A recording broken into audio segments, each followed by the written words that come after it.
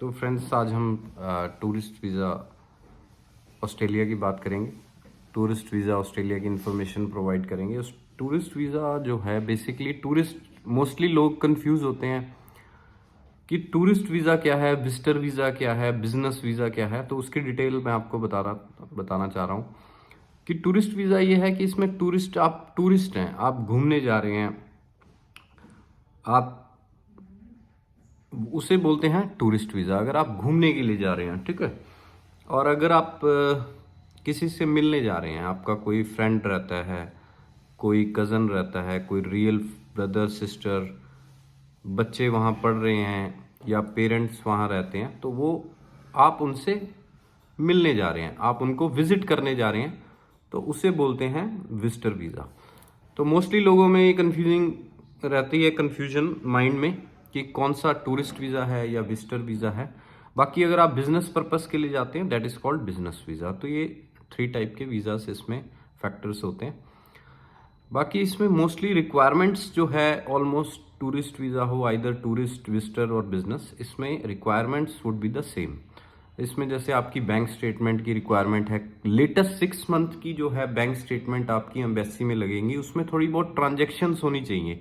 Mostly लोग क्या करते हैं कि इसमें जो पेमेंट है वो डायरेक्ट सबमिट करा देते हैं, डायरेक्ट डिपॉजिट करा देते हैं।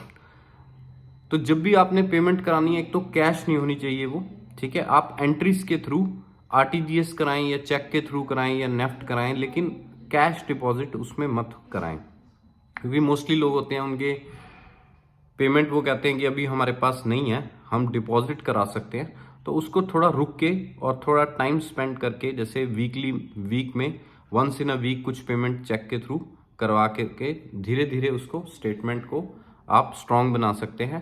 बाकी अगर आपका बिजनेस है तो बिजनेस प्रूफ लगा सकते हैं, सैलरी है तो सैलरी प्रूफ लगा सकते हैं। बाकी आपके पास जैसे प्रॉपर्टी है वो एडिशनल होगी। सबसे मेन पॉइंट है कि कई लोग सोचते हैं कि हमारे पास करोड़ों की प्रॉपर्टी है तो वो हम लेकिन बैंक बैलेंस जो है इसमें सबसे इंपॉर्टेंट रोल प्ले करता है बैंक बैलेंस। तो आपका बैंक स्टेटमेंट जो है और उसमें ट्रांजैक्शन है वही सबसे इंपॉर्टेंट रोल प्ले करता है, ना कि आपकी प्रॉपर्टी। आपका जो फंड्स है वो लिक्विड में होना चाहिए, आइदर सेविंग में होना चाहिए या एफडी में होना चाहिए। आपकी एलआईसी है या आपके शेयर्स हैं या आपका प्रॉपर्टी है, आपके पास गोल्ड है, आपके पास कार है, वो सारी एडिशनल में जाएंगी। लेकिन मेन पॉइंट जो है वो है आपका बैंक बैलेंस, कि आपके पास आप घूमने के लिए जा रहे हैं। अगर मान लो सपोज आप वहां घूमने के लिए जाते हैं, ठीक है, तो आप अपना गोल्ड कैरी करके लेके थोड़ी जाएंगे कि हम वहां पर गोल्ड जो है अपना सेल आउट करेंगे फिर हम वहां पर ट्रैवल करके घूमेंगे।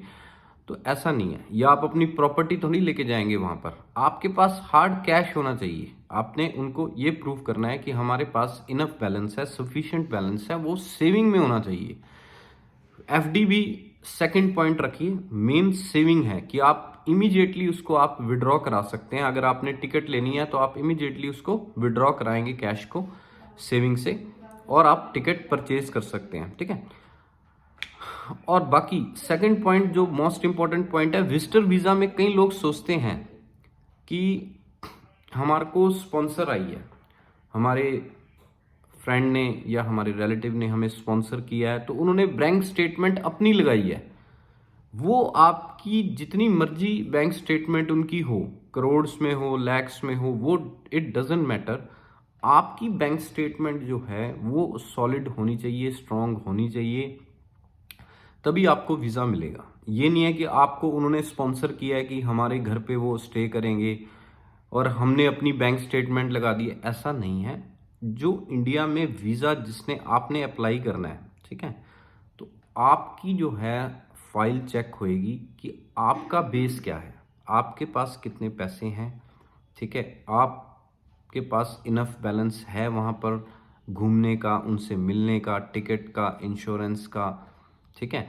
तो ये जो है मोस्ट इम्पॉर्टेंट पॉइंट है। कई लोग सोचते हैं कि भाई हमें तो उन्होंने स्पॉन्सर किया है, उन्होंने बैंक स्टेटमेंट लगाई है, वहीं उनके हम घर पे रह रहे हैं, तो हमें बैंक स्टेटमेंट में बैंक में कुछ पैसे हों या ना हो तो हम जो हैं बिना स्टेटमेंट के अप्लाई कर देते हैं, तो वो बिल्कुल रॉन्ग है, राइट। बाकी कई लोग ऐसे होते हैं जो करोड़ में अपना सेविंग शो कर देते हैं और इनकी इनकम जो है, इनकम के डॉक्यूमेंट जो है लगाना भूल जाते हैं।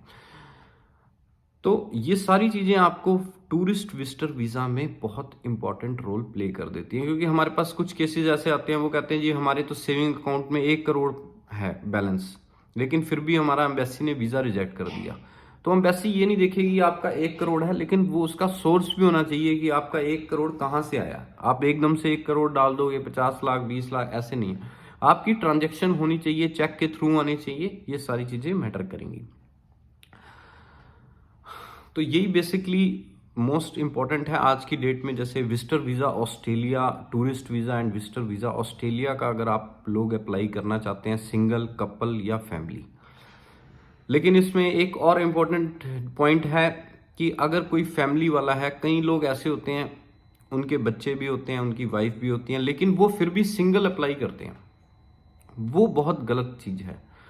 क्योंकि देखिए, आप टूरिस्ट वीज़ा अप्लाई कर रहे हैं, मतलब कि आप वहाँ घूमने जा रहे हैं, लेकिन घूमने के बेस पे आप अकेले जाएंगे, ऐसा हो सकता है पॉसिबल? ऐसा आपको कॉमन सेंस अगर आप यूज़ करें तो थोड़ा सा हमें एम्बेसी को भी ये डाउटफुल लगेगा। तो आप ट्राई करें कि या तो वाइफ के साथ अप्लाई करें या फैमिली के साथ अप्लाई करें, लेकिन सिंगल मत अप्लाई करें कभी भी टूरिस्ट वीज़ा या विजिटर वीज़ा। सिंगल में चांस वीज़ा के कम हो जाते हैं।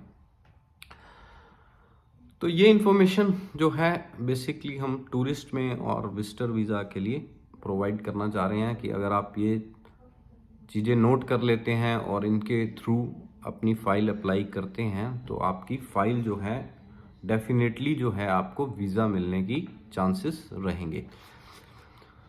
बाकी अभी विजिटर वीज़ा ऑस्ट्रेलिया है वो काफ़ी रिलैक्स है इस टाइम, क्योंकि काफ़ी टाइम के बाद ओपन हुआ है। तो आप टूरिस्ट या विजिटर वीज़ा ऑस्ट्रेलिया अप्लाई करें तो बेटर है इस टाइम, क्योंकि एक तो वीज़ा का जो सक्सेस रेट है बहुत हाई है, और वीज़ा का जो टाइम है लाइक 2 डेज़ में भी विजिटर वीज़ा आपका ग्रांट हो जाता है। ऑस्ट्रेलियन एम्बेसी जो है बहुत फास्ट है, 2 डेज़ में भी कभी कभार वीज़ा अप्रूव कर देते हैं।